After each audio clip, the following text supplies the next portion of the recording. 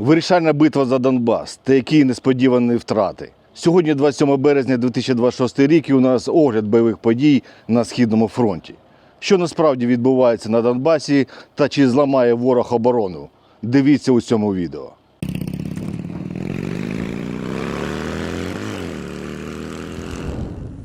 Вже другий тиждень, як почалась вирішальна битва за Донецьку область.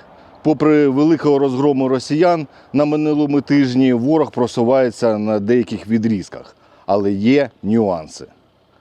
На цьому тижні ворог просунувся на 5 кілометрів по направленню до Слов'янська від населеного пункту Васюківка. Як ви бачите, по мапі у цьому коридорі вже нереально було тримати позиції із-за логістики, то ми відкатились на більш безпечні позиції. На цьому тижні населений пункт Міньківка був повністю зачищений від окупанта. Більше 40 росіян були знищені. У бік Маркова окупант просунувся метрів 300-400. А від Майського ворог пройшов десь метрів 200 і закріпився у бік Веролюбівки. Район Часового Яру та Костянтинівки без змін. Лінія фронту не змінилась. Хоча позавчора росіяни намагались прорватися та закріпитись у Костянтинівці за допомогою 2 танків та піхоти. Але усі, крім одного танку, були знищені. Підбитому одному мангалу вдалося втекти. На даний момент Костянтинівка повністю під контролем Збройних сил України. Саме на цьому тижні підвищилась кількість ворожих обстрілів саме артилерією Костянтинівку та по усьому Східному фронту. Щільність ФПВ та різних БПЛА теж підвищилась в рази.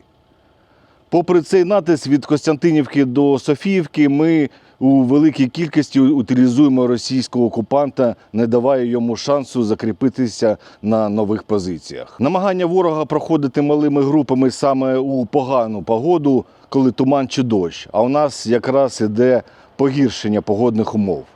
Залучення мотоциклів, квадроциклів та електросамокатів. Їх завдання – захопити висоти населених пунктів Яблунівка та Степанівка. Це їм потрібно для розвитку наступу на Костянтинівку. Наразі саме в цих районах утилізуємо ворога у великій кількості. Самі ураження покажу у телеграм-каналі Motolife.ua, бо YouTube блокує такі відео. Посилання є в описі під відео. Підписуйтесь. По Добропільському напрямку є невеликі просування ворога в районі Гришина. По навколишнім позиціям ворога відпрацьовує наша авіація, збиває їх атаки вщент. То, як ви бачите, російські війська та їх командування не були готові до тотального знищення їх атак. Великі втрати у піхоті деморалізує тих, кого вони просто випихають йти вперед до своєї смерті. І вони йдуть, бо це стадо, яке прийшло за гроші вбивати українців.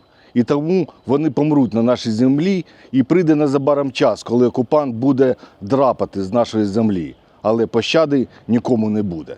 Тут ще 29 березня в Росії намічається двіж. Начебто в цей день о 15:00 усі мешканці Росії виходять на вулицю проти того, що вимикають інтернет, телеграм, і проти Путіна.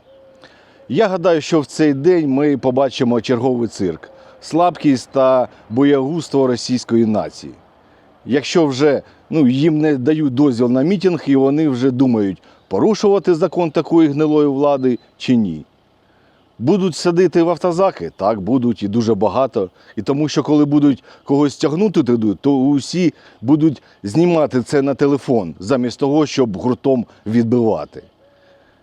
Я гадаю, якщо ви вийдете ради контенту в TikTok, краще сидіть вдома та не позортесь.